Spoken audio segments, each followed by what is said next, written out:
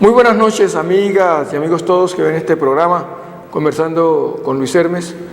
Un saludo muy cordial a todos los amigos y amigas, específicamente a las personas que nos envían sus reconocimientos por este programa ilustrativo, formativo y académico que semanalmente nosotros hacemos. Esta noche vamos a tratar un caso nacional muy interesante con una de las personas que desde el punto de vista del análisis político más conoce de esta situación que vive el país y que desde luego ha revisado, estudiado el caso Santrich. Vamos a conversar con el doctor Héctor Alonso Moreno Parra, politólogo, doctor en Ciencias Políticas de la Universidad de Granada, España, es consultor político, certificado de Canvas, Washington, y además profesor titular de la Universidad del Valle del Programa de Estudios Políticos y Resolución de Conflictos de la Universidad del Valle. Ha estado manejando, dirigiendo muchísimos proyectos de esta naturaleza y además ha sido conferencista nacional e internacional en el campo del conflicto que ha vivido Colombia. Y un saludo muy cordial para su señora esposa, que también nos acompaña en este conversatorio que sostendremos con el doctor Héctor Alonso Moreno Parra sobre el caso Santrich. Héctor Alonso, bueno, pues usted ya es bienvenido a esta casa. Continuamente cuando tenemos un tema importante lo invitamos y nos sentimos muy complacidos de poder contar con su presencia. Luis Hermes, a usted muy amable, le reitero mi agradecimiento por invitarme y me parece que este tipo de espacios tienen un valor pedagógico inmenso, como quiera que es necesario que la gente tenga claridad sobre lo que está pasando. Colombia es un país muy rico, muy querido, se pasa muy bien en este país porque todos los días pasan cosas, porque es un país muy dinámico, que produce, ¿no?, mucha noticia. Y los medios de comunicación como este, que son medios de comunicación donde la gente puede opinar, puede discutir y puede enterarse de las cosas, ayudan a dar mayor claridad sobre lo que está pasando. Sí, precisamente este espacio Conversando con Luis Hermes es un coloquio que siempre hacemos semanalmente, donde le llevamos a la gente la información sin sesgo, y por eso una de las condiciones del programa es que es directamente al aire. Es un conversatorio donde no hay tiempo de hacer absolutamente adecuaciones, que se pegó, que se no sé qué, que corte aquí, vuelve a empezar. No, es un conversatorio y lo que dijo, lo dijo y esa es su responsabilidad. Y a la gente le ha gustado que sea de esa manera. Cuando hacemos programas que por alguna razón tenemos que hacerlos pregrabados, a la gente no le gusta mucho. Siempre han reconocido este programa y su gran mérito es justamente que aquí viene la persona que conoce los temas y que es capaz de, con su intervención, sostener la razón por la cual dice lo que dice. Muy bien. Hoy vamos a analizar el caso Santrich. Hace aproximadamente 2 semanas, y va a ser 3, el señor fiscal general de la Nación renunció al cargo. Y renunció el doctor Néstor Humberto Martínez, expresando que renunciaba porque se le concedía la libertad a Santrich, a Seusis Pausis Hernández,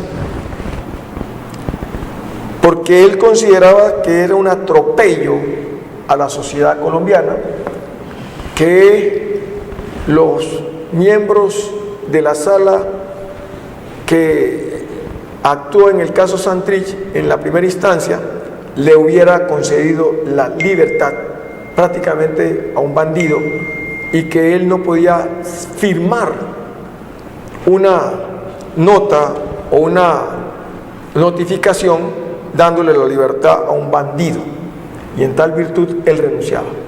¿Sería que el doctor Néstor Humberto Martínez sí renunció por eso o fue el papayazo que encontró para renunciar? Bueno, el país ha estado muy acostumbrado a las renuncias del doctor Néstor Humberto Martínez. Recordemos que cuando era alto consejero del gobierno también del gobierno Santos, se le fue a hacer una moción de censura en un debate en el Senado, y antes de que se hiciera la moción de censura también presentó la renuncia irrevocable. De tal manera que este es un funcionario público que se ha caracterizado por huir de los debates, huir de la confrontación cuando el acervo probatorio está en su contra, para demostrar de que es una persona de las muchas personas que no tienen autoridad moral ni política para hablar en este país. Néstor Humberto es empleado de Sarmiento Angulo, es empleado del gran capital financiero, es un hombre que estuvo detrás de lo de Odebrecht. Debió considerarse él impedido para hablar sobre Odebrecht porque él no podía ser juez y parte. Todo el país conoció las conversaciones que tuvo el difunto, quien con cianuro se suicidó para no afrontar esta vergüenza pública, de las conversaciones que tenía con Néstor Humberto, de enterarlo de todas las irregularidades que estaban ocurriendo con Odebrecht, y él, como empleado del grupo Sarmiento Angulo, cayó, ocultó premeditadamente, de tal manera que él representa la falacia, la mentira y el acomodo. Es de los peores personajes públicos que haya podido tener la historia en los últimos años en Colombia. Precisamente la Corte Suprema de Justicia, se dice, estaba considerando llamarlo, a investigarlo y solicitarle la renuncia. Lo iba a defenestrar, como pasó con el fiscal general del Perú, que claro, fue defenestrado justamente porque no tramitó unos impedimentos, se hizo el bobo, se quedó callado, y Néstor Humberto sí que tenía impedimentos para estar en el cargo que estaba ejerciendo. Y claro, y hay que recordarle al país que fue Néstor Humberto el que nombró como jefe anticorrupción al señor Moreno, sí, otra de las joyas de la corrupción y de la falta de ética y moral en el país. Va a pasar a la historia la época de la fiscalía de Néstor Humberto Martínez como la peor cueva de Alí Baba y sus ladrones, si se mide por lo que representaba el señor jefe anticorrupción Moreno, hoy detenido por sus relaciones estrechas con el cartel de la toga, por su negativa a profundizar en la corrupción de Odebrecht y por taparle a ciertos personajes de la vida política nacional investigaciones muy importantes que cursan en la Fiscalía por corrupción, por delitos contra la administración pública, incluso por paramilitarismo y por crímenes de Estado. Él, en contubernio con toda esa clase política corrupta, ha hecho de que la justicia en Colombia esté profundamente desprestigiada. El jefe de la investigación nacional del país, que es una persona con un poder extraordinario, ¿podría ser Néstor Humberto Martínez con todas las cosas que de él se sabía? Precisamente. ¿Ahí no fue una falla de la Corte Suprema de Justicia también? La mejor manera de representar a Néstor Humberto Martínez la hizo el periodista que fue asesinado por Carlos Castaño, que hacía el papel del embolador que todos conocíamos, que era, bueno, se me va el nombre en este momento del personaje, pero lo hacía Jaime Garzón, todos conocíamos a Jaime Garzón. En el personaje El Embolador, en los años 90, lo lustró para sus ejercicios de humor que hacía Jaime Garzón, y ahí le dijo: usted no siente una gran vergüenza. Su papá, que era un gran humorista, que era Humberto Salcedo, de tener semejante Humberto hijo. Martínez Salcedo. Claro, y usted es semejante cafre de hijo, le dijo. Así le dijo. Esa expresión en los años 90 representaba lo que iba a hacer en la gestión pública Néstor Humberto Martínez. Si algo tenía Jaime Garzón era que tenía un olfato político para saber quiénes podían ser depredadores del erario público, y señaló perfectamente en esa entrevista, que la conoció todo el país, la calaña de persona que iba a ser Néstor Humberto Martínez. La verdad es que el señor fiscal general de la Nación estaba cercado, y ese fue el gran payaso que él encontró para poder decir renuncio, porque él estaba pendiente también de que la misma, el mismo Congreso le volviera a hacer le iba a hacer un debate muy claro. y además el anterior fiscal Montenegro iba a destapar una olla podrida, y yo pienso que todo eso lo asustó a él, porque le dijo que él sí tenía como matarlo. Néstor Humberto fue uno de los grandes aliados de los odios contra el proceso de paz. Recuerden ustedes que se dedicó a hacer montajes. Recuerden ustedes a todo el espectáculo que él dio cuando detuvo una gran cantidad de supermercados, de centros comerciales, supuestamente que eran miembros de las FARC. Recuerde usted los montajes que le hizo a una gran cantidad de gente y la manera tan torticera como ocultó de manera calculada las pruebas que hoy en día la Corte Suprema de Justicia tiene para adelantarle el proceso a Santrich. Si las tenía la Fiscalía, ¿por qué no las mostró en su momento? No, quería con las pruebas crear un hecho político de asombro nacional para tratar de seguir torpedeando el proceso de paz. Él ha sido el arlequín de una política de desestabilización muy grave en Colombia y por supuesto ha sido la representación más nefasta de lo que ha sido conspirar contra el proceso de paz en Colombia. Pero mire, Héctor Alonso, la paradoja de la vida.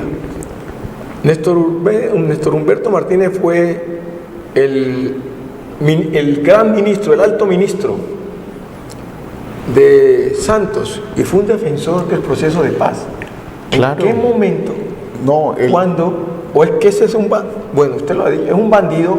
Porque ¿cómo es que él era un defensor del proceso de paz y de la noche a la mañana se vuelve enemigo de la paz cuando cambia el gobierno? Él representa eso que yo tanto insisto en las facultades de Derecho. Nosotros no podemos seguir formando abogados sin ética profesional, porque los abogados que hay, muchos de los que yo conozco, no todos por supuesto, son mercaderes. ¿Qué es un mercader? Es aquella persona que vende sus servicios sin ningún tipo de valoraciones éticas, es decir, defiende sin ningún problema o acusa sin ningún problema, sin ninguna carga ética y de valores.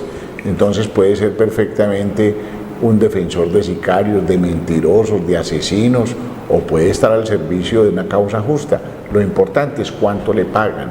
Entonces él representa eso, él representa los intereses de un litigio de mercaderes, de gente que le importa es el dinero, el enriquecimiento, y sus valores éticos y morales no están por ningún lado. De eso que representan incluso muchos abogados hoy en Colombia.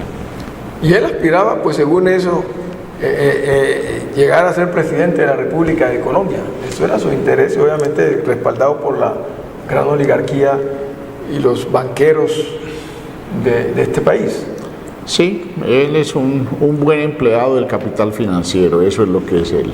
Bueno, ahora entremos, ya que usted tocó el caso Santrich, que es el que nos interesa, entremos a analizar el caso Santrich. ¿Cómo Santrich, que había participado en el proceso electoral cumpliendo con el mandato de lo que se había inscrito en el Teatro Eliezer Gaitán, en la firma del proceso de paz, que la FARC tendría 5 senadores y 5 representantes, pero que participarían en el proceso electoral, y de hecho participaron a ver si aumentaban su votación, no lo pudieron lograr, quedaron con sus 5 representantes a la Cámara. Santrich es uno de los representantes que el grupo político FARC eligió para que lo representara, y en el mes de abril, precisamente el 9 de abril, una fecha muy recordada para los liberales, 9 de abril de 1948 fue el gran Bogotazo. El 9 de abril a Santrich lo toman preso, sobre pretexto de que había seguido traficando después del 1 de enero del año de 2016. Lo cogen preso justamente y lo tienen casi 2 años allí. Vamos a ver unas imágenes de todo lo que tiene que ver con el caso Santrich, para que hagamos un análisis de cada uno de estos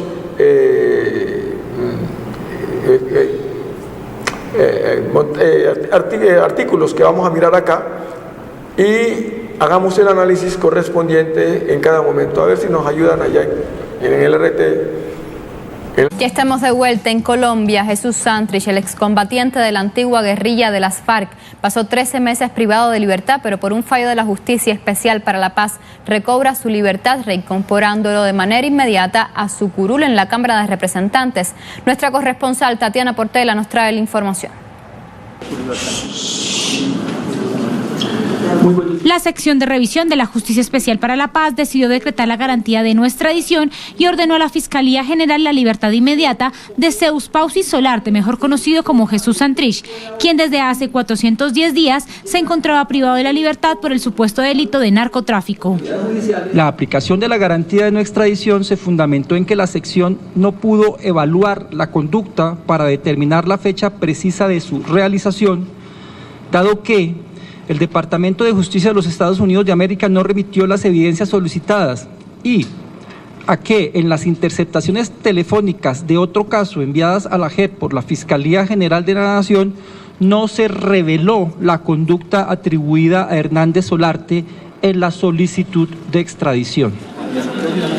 Santrich fue detenido el 9 de abril del 2018 por agentes de la Fiscalía General de la Nación y fue presentado ante la opinión pública como un excombatiente que seguía delinquiendo. Desde ese momento se mantuvo privado de la libertad sin las pruebas necesarias. Por esto, sus abogados señalaron que se trataba de un burdo montaje judicial para debilitar el proceso de paz.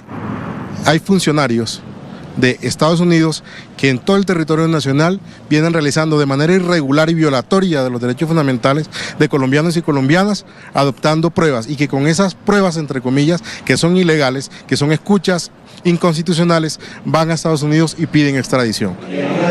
Después de esta decisión, diferentes congresistas de la República señalaron la importancia que tiene este fallo al considerar que reanuda la confianza en el proceso de paz, esa misma que se ha perdido por los múltiples ataques de la extrema derecha y por los asesinatos de excombatientes que ya suman 134. La habíamos esperado durante todo este tiempo porque confiamos plenamente en la inocencia de Jesús Santrich, porque sabemos que es un hombre comprometido con la paz, tal como lo demostró en La Habana. Asimismo, se conoció que la sección de revisión compulsará copias a los servidores de la Fiscalía General de la Nación por omitir las garantías fundamentales a Jesús Santrich. Después de esto, se conoció la renuncia irrevocable del fiscal general de la Nación, Néstor Humberto Martínez. Este desafío al orden jurídico no será refrendado por el suscrito. Mi conciencia y mi devoción por el Estado de Derecho me lo impiden. Por ello, he presentado renuncia irrevocable al cargo de Fiscal General de la Nación.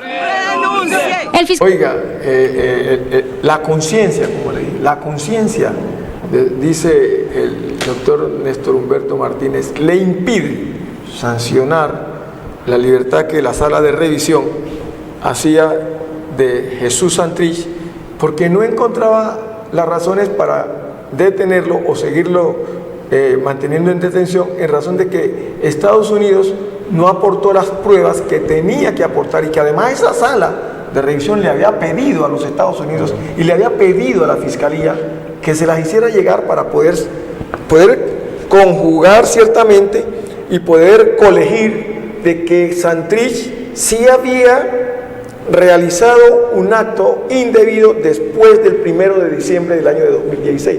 Si no hay plenas pruebas, toda duda se tiene que resolver en favor del acusado. Tanto es así que esta sala de revisión no dice que no se tiene que investigar a Santrich, dice que se tiene que investigar, pero que ellos no encuentran pruebas para decir que Santrich cometió el delito después del 1 de diciembre, porque no tiene las pruebas. Y toda duda, según las normas nuestras, se tienen que tender a favorecer al sindicato. La duda que hay, y él dice que como él es un aforado, porque ciertamente salió electo para cumplir con el mandato de los acuerdos de La Habana, tendría que ser investigado por la Corte Suprema de Justicia, como en efecto se está diciendo que tiene que ser. Entonces, el doctor Néstor Humberto dice que su conciencia le impedía cumplir con lo que la justicia le estaba mandando, es decir, negando el reconocimiento a una sala de revisión o a una sala que se instituyó como se instituyó en Nuremberg, para juzgar a todo lo que se realizó en la Segunda Guerra Mundial por Hitler y todos sus lugartenientes.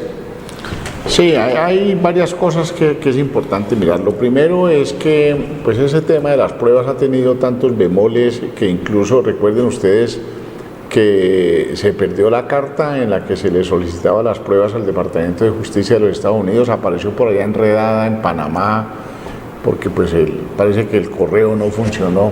Pues ha tenido sus bemoles esa discusión de la prueba, pero ¿qué es lo importante aquí analizar? Miren, aquí hay un proceso de paz en Colombia.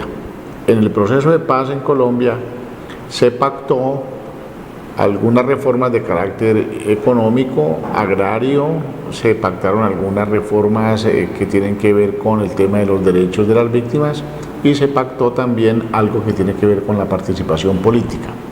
Y eso tiene un punto muy importante que explicar para esto. Lo primero, en tema político hay una discusión. En Colombia hay un tratado de extradición entre Colombia y los Estados Unidos por delitos de narcotráfico, pero el artículo 35 de la Constitución establece que bajo ninguna circunstancia puede la extradición activarse para delitos políticos, más sí para delitos de narcotráfico. Esto nos lleva a una gran discusión. El narcotráfico que practicaba las FARC era un narcotráfico que tenía un propósito de enriquecimiento personal o individual de los guerrilleros, o era un narcotráfico en función de conseguir recursos para una causa que ellos llamaban causa revolucionaria. Esa es una tesis que se discutió en materia política y en materia jurídica. Y se consideró como un delito conexo. Y entonces, en el acuerdo de paz en Cuba, se acordó que ese acto de narcotráfico, en el que habían incurrido las FARC y que ha incurrido el paramilitarismo y que han incurrido los políticos en Colombia, el proceso de 8000, donde hay empresarios vinculados, donde hay militares vinculados, porque el narcotráfico ha corroído, ha corrompido toda la sociedad, desde los curas hasta pasando por cualquier estado de la sociedad colombiana. Ha corrompido más que la sal el narcotráfico. Entonces las FARC no podían estar inmersas o por fuera de ese fenómeno. Ellos traqueteaban y se acordó que ese delito de ellos era conexo al delito político de rebelión. Ajá. Por lo tanto, se acordó darle un estatus específico, una protección. Ajá. Una protección que se llama garantía de no extradición por los delitos de narcotráfico cometidos antes del 1 de enero del 16, como usted lo dice. No va ligado al enriquecimiento ilícito del individuo per se, sí, sino que como un instrumento en la búsqueda de atender la guerra. Correcto. Así como incluso los propios Estados Unidos se financiaron del narcotráfico para financiar la contra nicaragüense, pero es que los norteamericanos también, la CIA y el Departamento de Estado norteamericano negoció armas con la mafia mexicana y con la mafia centroamericana. ¿Para qué? Para apoyar la contra y desestabilizar el gobierno sandinista. De tal manera que si hablamos de ética y de moral pública, pues los norteamericanos no es que tengan mucho que mostrar en su condición. Bueno, entonces las FARC tienen una garantía de no extradición por esos delitos, pero si cometen delitos después del 1 de enero del 16, entonces se quita la garantía de no extradición. ¿Y se la quita quién? La JEF, porque la JEF es ¿qué? Es una justicia especial donde se pactó eso. Y entonces esa es la discusión de fondo. Segundo, en materia política, aparte de la garantía de no extradición, se le entregaron unas curules. ¿Por qué ellos son parlamentarios? No porque hayan sacado votos, porque fue muy mediocre la presentación electoral de las FARC. La gente no los acompañó, el país no los acompañó electoralmente, sacaron escasamente 80.000 votos en todo el país, pero se les dieron 5 curules en la Cámara y 5 en el Senado, producto de ese acuerdo. O sea que las curules del Congreso van ligadas a la garantía de no extradición y a los derechos políticos que ellos reclamaban de manera transitoria por 2 periodos electorales. O sea que las cosas van unidas allí, van pegadas. Y entonces, ¿qué es lo que hay hoy en día? Hay la discusión si este señor Santrich delinquió, siguió traqueteando después del 1 de diciembre del 2016. Esa es la discusión, si hay o no pruebas, si las pruebas son certeras o no. Como quiera que sea, él no podrá ser extraditado porque la extradición de él está protegida por la JEP. Si la JEP considera las pruebas que así allegue la Corte Suprema demuestran que efectivamente los delitos que él siguió traqueteando, que esas conversaciones eran transacciones de cocaína, el señor tendrá que ser extraditado. Porque esas son las reglas del juego del proceso de paz. Entonces, ¿qué es lo que se pide? Hombre, que hayan todas las garantías procesales, que haya toda la transparencia del caso para que él demuestre de que eso no es así o para que una justicia imparcial demuestre que eso es así. Y punto. Esas son las reglas del juego trazadas, pero eso no puede ser un pretexto para ir continuando, vinculando, haciéndole montaje e ir desmoronando el proceso de paz, haciéndole perder credibilidad. Entonces hay que diferenciar mucho sobre la transparencia que deben de tener las personas que hicieron el proceso de paz para no seguir delinquiendo y lo que pueden ser montajes. Eso que lo diriman entonces los jueces, pero de manera tranquila y no torticeramente como lo estaba haciendo el señor Néstor Humberto. Esta es la génesis del problema. El problema es lo siguiente. Con el ánimo de terminar la guerra en Colombia de más de 50 años entre la FARC y el Estado, se resuelve pactar unos acuerdos. No hubo rendición, aquí no hubo rendición, sino un acuerdo. Y en los acuerdos nadie tiene la absoluta ganancia. Los acuerdos todos tienen que ceder una parte. Es un gana-gana. Es decir, uno pierde una parte y gana otra parte. Y eso tuvo que hacer el Estado. En consecuencia, no se puede juzgar a las personas que se incorporan en un acuerdo en las mismas condiciones de la justicia ordinaria. Se crea entonces una justicia especial para lograr la paz con la FARC. Y eso fue lo que se hizo. Esa justicia especial es transitoria. Estará por un periodo, por un tiempo, por unos años, dirimiendo el conflicto en Colombia, y puso un límite, el 1 de enero del 2016. Lo que ocurra después del 1 de enero del 2016 es una cosa que será juzgada por la justicia ordinaria y se someterá al marco de la Constitución y las leyes que ordinariamente rigen en Colombia. Pero para atender esta situación de la guerra vivida entre el Estado colombiano y los miembros que constituyeron la FARC, nos hemos puesto de acuerdo para tener una justicia especial, que lo juzgue a ellos, pero no solamente a ellos, claro, también a los miembros de las fuerzas militares y policiales que intervinieron en el proceso en forma irregular y además a los terceros que también actuaron dentro del proceso. Eso es muy importante. Mire, la justicia especial para la paz es una justicia que tiene dos propósitos. El primero es juzgar los crímenes de lesa humanidad que se cometen en la guerra. Es decir, hay dos connotaciones. El derecho internacional humanitario dice que cuando cese un conflicto político armado se deberá entregar u otorgar la mayor amplia amnistía posible a los combatientes. Es decir, que se amnistían asaltos a banco, asaltos a poblaciones, robo de ganado. Es decir, se amnistían todos los delitos que hayan podido cometer los combatientes guerrilleros. Pero la norma internacional, la Corte Interamericana de Derechos Humanos a partir del año 2006 y el Tribunal de Roma al año 2002 para acá dijo lo siguiente: en ningún tipo de conflicto político armado se puede amnistiar delitos de lesa humanidad. Y los delitos de lesa humanidad son taxativos, digamos, están escritos en el derecho internacional humanitario. ¿Y en el marco de la Constitución? Y en el marco de la Constitución. Entonces, ¿qué fue lo que se hizo? Se hizo una justicia especial para juzgar esos delitos de lesa humanidad, porque si no los juzgamos, hay que enviar la gente a que la juzguen a Roma o a que la juzgue la Corte Penal Internacional o la Corte Interamericana de Derechos Humanos. Es decir, el Estado tendría que ir a ser juzgado allí. Entonces, la noción universal de derecho humano es el derecho a la justicia, pero la forma de aplicación de la pena es una noción soberana de cada Estado.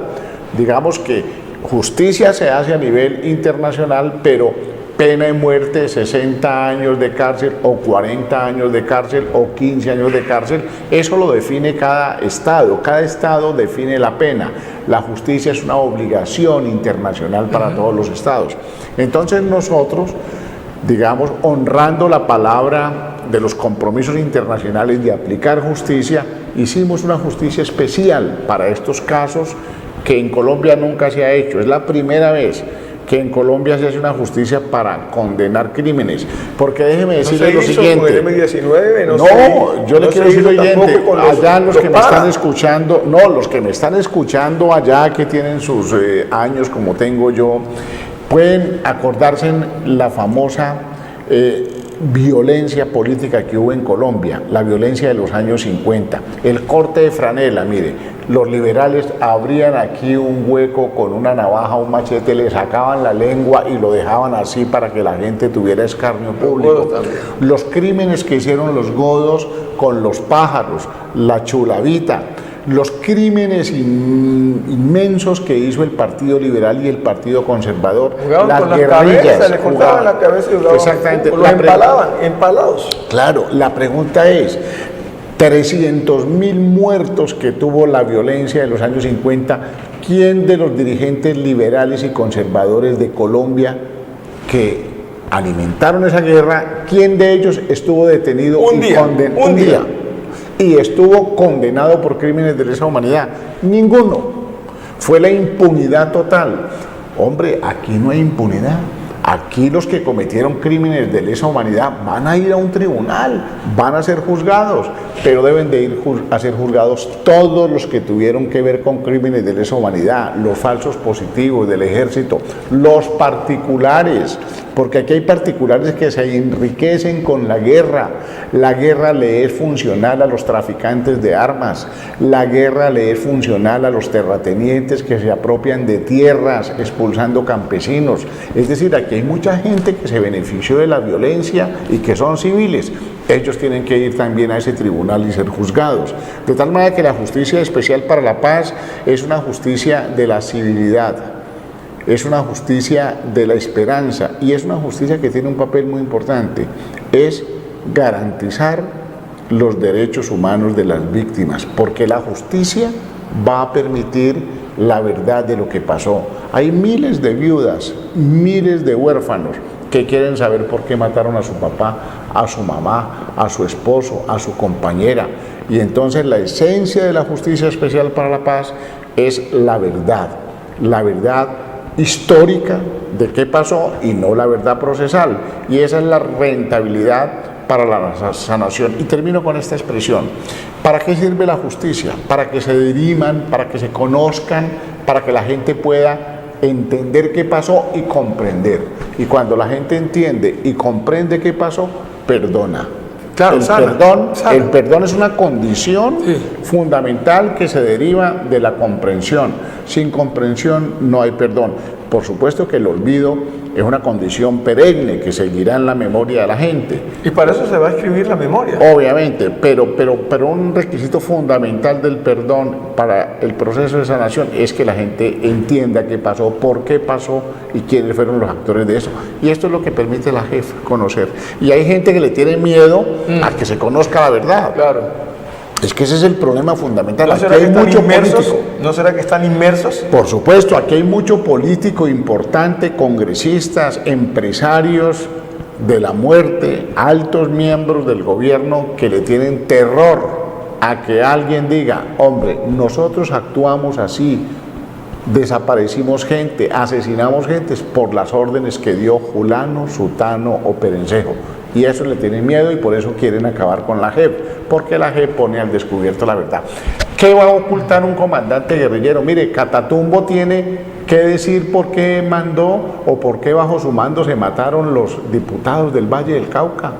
Él sabe que ha sido bandido, que fue bandido y que ya se amnistió. Él no tiene que ocultar nada. Grave es aquellos que son bandidos, fueron bandidos y hoy posan en los clubes sociales o en los congresos políticos de este país como los grandes señores. Ese es el problema. Hay que quitarles la máscara y decirle, mire, ustedes eran tan bandidos como los guerrilleros y tienen que pedirle perdón al país y tienen que responderle a las víctimas, porque también ustedes dejaron una estela de muertos en este país y así todos nos vamos sanando si sabemos qué nivel de responsabilidad tiene cada uno. Ahora vamos a ver un video que nos marque la cronología de todo lo que ha sido el proceso Santrich, desde el momento en que lo capturan, el tiempo, esos 13 meses, todo lo que ha pasado y todo lo que pasó, y luego la recaptura, lo vemos luego,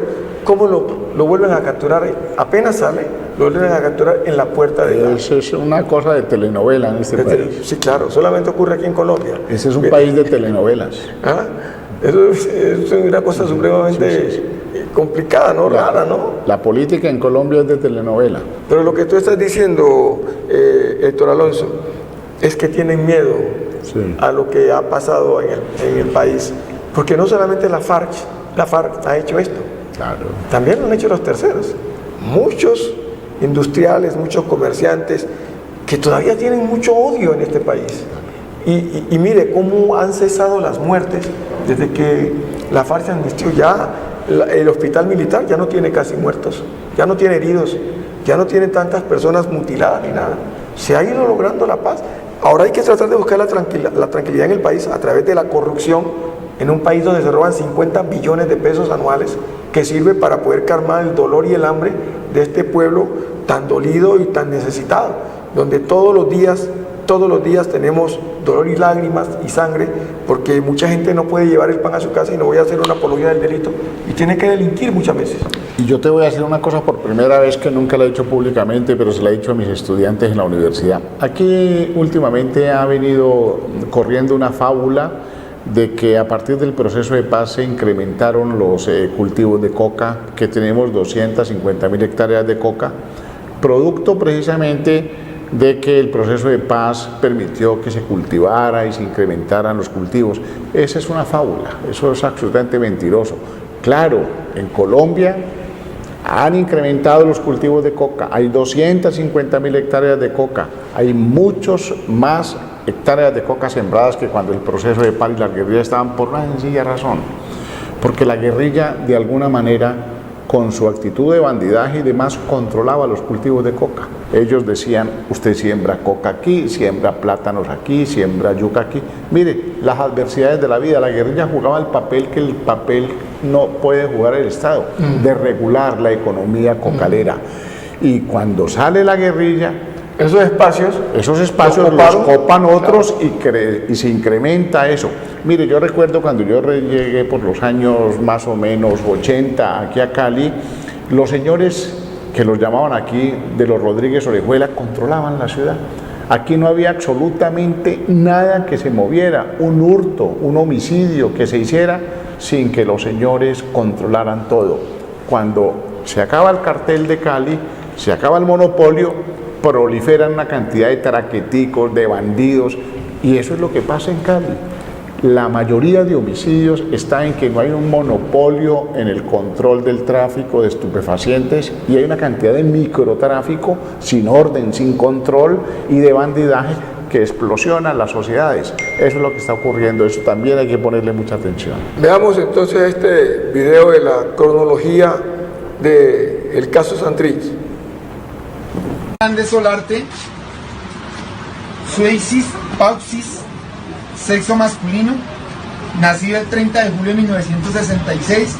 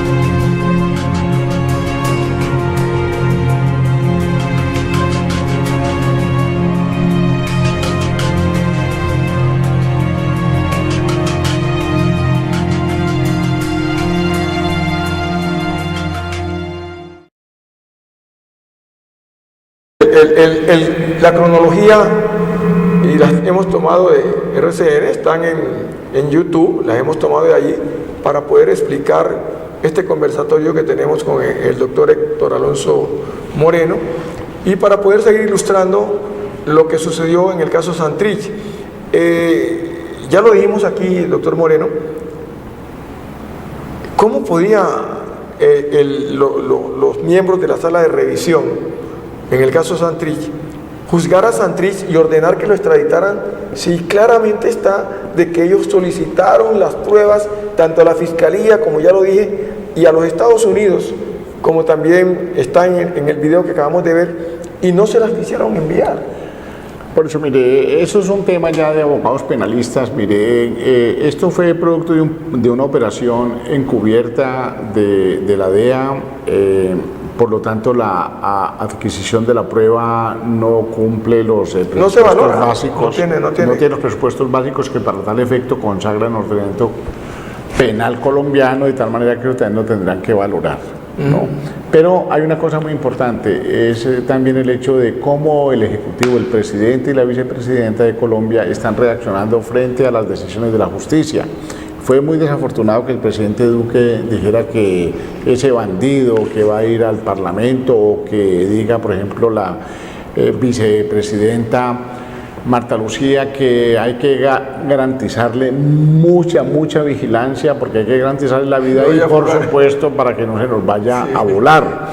Esas no son las formas de relacionarse entre el Ejecutivo y el Legislativo, porque, hombre, estamos, quiéralo o no, frente a una persona que goza de una inmunidad parlamentaria, de un rango de miembro del Congreso, y así lo determinó la Corte Suprema de Justicia. Por lo tanto, yo creo que es importante que le bajemos un poquito de volumen y esperar efectivamente que se adelante el proceso de investigación, y si las pruebas son ciertas, pues que se le extradite, y si no, pues obviamente que se proceda en consecuencia. Sí, porque yo pienso que sí, fue desafortunado el señor presidente de la República, y muchísimos más, pues sin duda alguna la vicepresidenta de la República, al decir que le pongan toda la vigilancia a vida y por haber, primero para que no lo vayan a matar, y segundo para que no se vaya a jugar, no se vaya a volar. Eso no queda bien. ¿Cómo así? Es que precisamente en Colombia el poder está dividido en ramas, y cada rama debe respetar a la otra rama.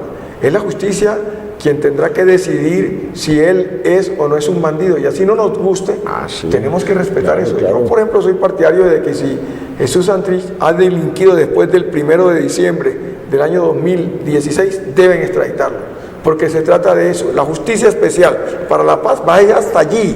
Lo que se comete de allí en adelante ya no tiene nada que ver con la justicia especial. Claro, pero mire, esa conducta del presidente un poco desafortunada frente al caso de Santrich, también yo creo que es necesario que el país revise esa conducta, pero también en muchos funcionarios.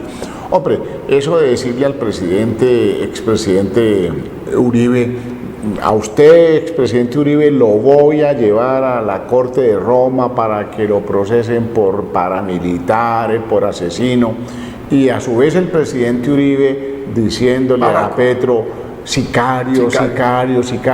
Hombre, si esos son los grandes dirigentes que el país tiene, de un lado uno incitando al otro para llevarlo a Roma por paramilitar y juzgarlo, y el otro diciéndole al otro sicario, si esos son nuestros líderes, los mensajes que están mandando de la forma en que ellos se van a interrelacionar, de la forma en que ellos se construyen sus identidades, de la forma en que ellos construyen sus diálogos y su gramática discursiva, pues hombre, estamos incentivando la violencia. Entonces, digamos que sea esta la ocasión para decir que también es necesario que culturalmente corrijamos en Colombia el espíritu de bandidaje en el lenguaje que tienen muchos actores. La tercera parte de este conversatorio gira alrededor de se logra que de todas maneras Néstor Humberto no firma la salida, no firma tampoco la viceprocuradora porque también renuncia, y entonces entra un procurador encargado, firma la orden de salida de Santrich, se demoran pues 2 días, casi 3 días, obviamente usted sabe, opera la figura del habeas corpus y no opera, no se cumple, pero de todas maneras le dan la libertad. Sale Santrich y apenas sale en la puerta le vuelven a entrar. ¿Qué película esta? No. En Colombia, en materia jurídica, es más fácil utilizar un parágrafo o un inciso que perfeccionar un verso. Es impresionante. Aquí es un país del verso, del inciso, del parágrafo, de la vaina procesalista, y eso es lo que hace que esto se vuelva como tanta galimatías jurídico finalmente para resolver los problemas. Sí, entonces veamos el video de la recaptura de Santrich. Sale y apenas los amigos están pues tratando de celebrar la salida de Santrich, que además es cumpliendo con lo que manda la justicia, ¿no? ¿Cómo lo iban a mandar? Lo otro sería irregular, lo otro sería un país banana, donde porque los Estados Unidos lo dice, pues hay que mandarlo. Esos son unas buenas imágenes para una película de Netflix próximamente. Yo pienso que sí. Entonces estas son las imágenes por medio de las cuales apenas sale, lo vuelven a recapturar. Allí mismo le editan la orden de captura. Veamos a ver estas imágenes. Última hora en Noticias Caracol. 4 de la tarde, 43 minutos, regresamos a la cárcel Picota para ver cómo avanza el proceso de liberación de Jesús Santrich. Vamos con Catalina Vargas. Catalina. Malú, muy buenas tardes. Pues en este mismo momento está saliendo de la cárcel La Picota de Bogotá Jesús Santrich. En este momento está cruzando la puerta, la reja que ya nos separa a la libertad. En este momento está saliendo, veamos por favor las imágenes. Se encuentra saliendo en una silla de ruedas, acompañado de agentes del IMPEC. Sus seguidores celebran su libertad en este momento. Vamos a acercarnos a ver si Santrich nos puede dar algunas declaraciones.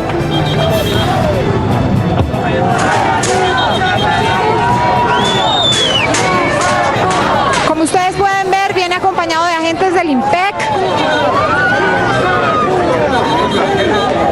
Después de 2 días de que la Jurisdicción Especial para la Paz hubiese ordenado su libertad inmediata. Estamos intentando acercarnos, pero hay un fuerte dispositivo del ESMAD en este momento, bloqueando el paso y protegiendo la seguridad de Jesús Santrich, quien en este momento está retomando su libertad.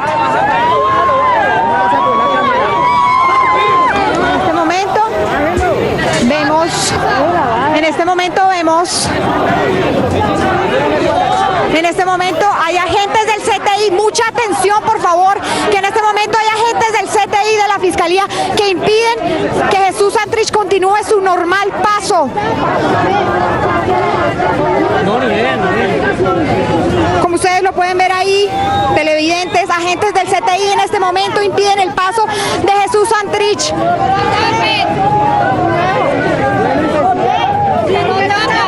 Todo esto, ¿no?